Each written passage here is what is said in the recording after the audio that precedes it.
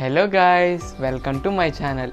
ఈరోజు మీ అందరి కోసం ఒక సూపర్ ఇంపార్టెంట్ వీడియో తీసుకొచ్చా. ఈ ఒక్క వీడియో చూస్తే చాలు మీకు ఫుడ్ సెక్టార్లో కంప్లీట్ గైడ్.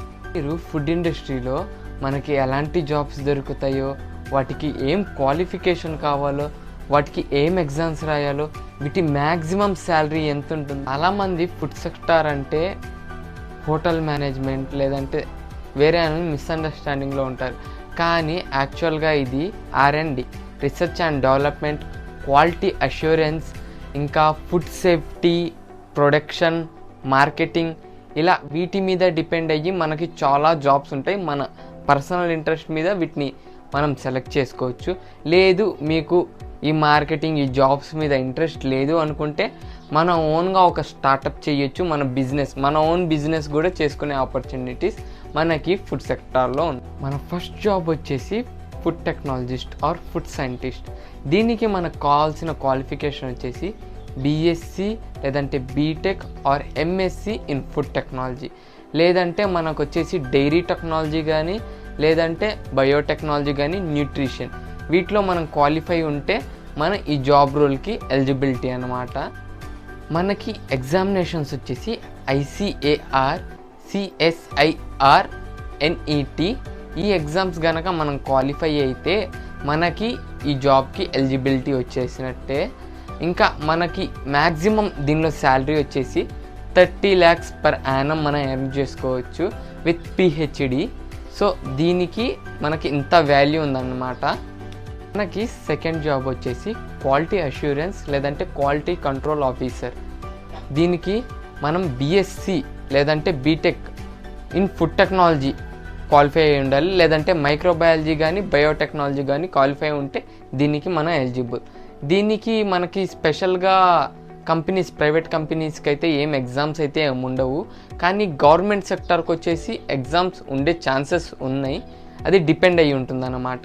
దీనికి మనం మ్యాక్సిమం శాలరీ వచ్చేసి 15 to 20 lakhs per annum సంపాదించుకోవచ్చు.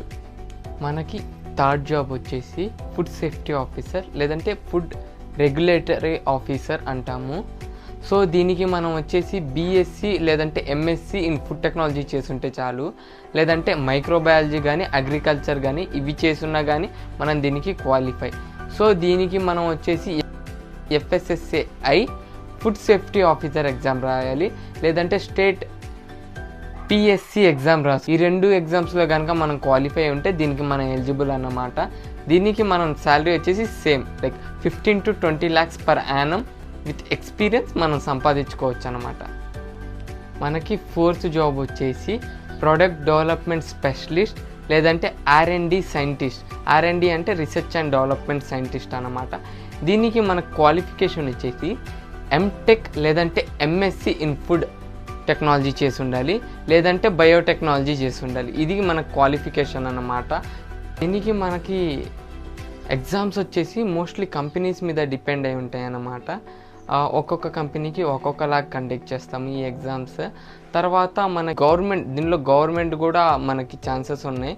సో దానికోసం మనం CSIR, NET అనే వాటిలో క్వాలిఫై ఉంటే మనం దీనికి ఎలిజిబుల్ అనమాట. మనం గవర్నమెంట్లో కూడా ఈ జాబ్స్ చేసుకోవచ్చు.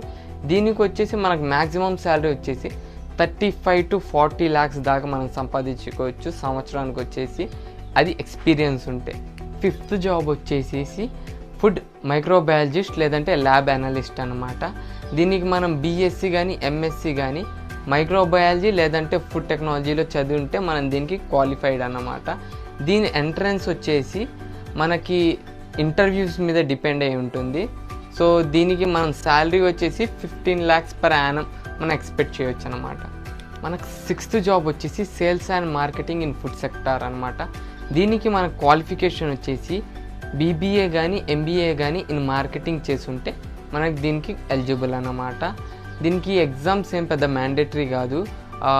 కొన్నిసార్లు యాప్టిట్యూడ్ టెస్ట్ అని పెడతారు కొన్ని చోట్ల అన్నమాట. ఇది కూడా అన్ని చోట్ల మ్యాండేటరీగా ఏమి ఉండదు. అండ్ దీనికి మనకు శాలరీ వచ్చేసి మ్యాక్సిమం 25 lakhs per annum సంపాదించుకోవచ్చు అనమాట, ఇంక్లూడింగ్ ఇన్సెంటివ్స్ అనమాట. మనకు సెవెంత్ది వచ్చేసి ఇది జాబ్ కాదండి, ఇది ఎంటర్ప్రెన్యూర్ ఆర్ స్టార్టప్ ఆపర్చునిటీస్. అంటే మనకి ఓన్గా మనం ఒక ఫుడ్ ప్రోడక్ట్ని తయారు చేసుకొని దాన్ని డెవలప్మెంట్ చేసుకుంటూ వెళ్ళడమే ఈ స్టార్టప్ అనే కాన్సెప్ట్. సో దీనిలో మనం ఒక ప్రోడక్ట్ని తయారు చేసుకొని మనకు దీనిలో important research and business skills ఇవి కనుక మనకుంటే మనం దీనిలో బాగా లాభం పొందొచ్చు. మనకు వచ్చేసి దీనికి స్పెసిఫిక్గా ఎగ్జామ్స్ ఏమి ఉండవు, మన స్కిల్స్ మీదే డిపెండ్ అయి ఉంటుంది. కొంచెం బ్యాక్గ్రౌండ్ మనకు తెలిసిందే కదా, కొంచెం క్యాష్ ఉంటే ఇది స్టార్ట్ చేయొచ్చు. సో దీనికి మనం వచ్చేసి ఎక్స్పెక్టెడ్ శాలరీ లైక్ మినిమంగా 50 lakhs per annum ఎర్న్ చేసుకోవచ్చు. నాకు తెలిసిన వాటిలో మీరు జాబ్ చేయడం కంటే స్టార్టప్ చేయడం అనేది ఈ ఫీల్డ్లో చాలా మీకు హైప్ని తెస్తుంది.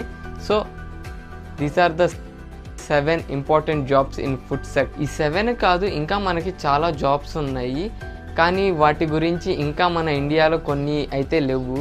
ఫారెన్ కంట్రీస్లో అయితే ఇంకా మనకు చాలా ఆపర్చునిటీస్ ఉన్నాయి, దానిలో అయితే ఇంకా మనకు శాలరీస్ చాలా హైప్ ఉంటాయి.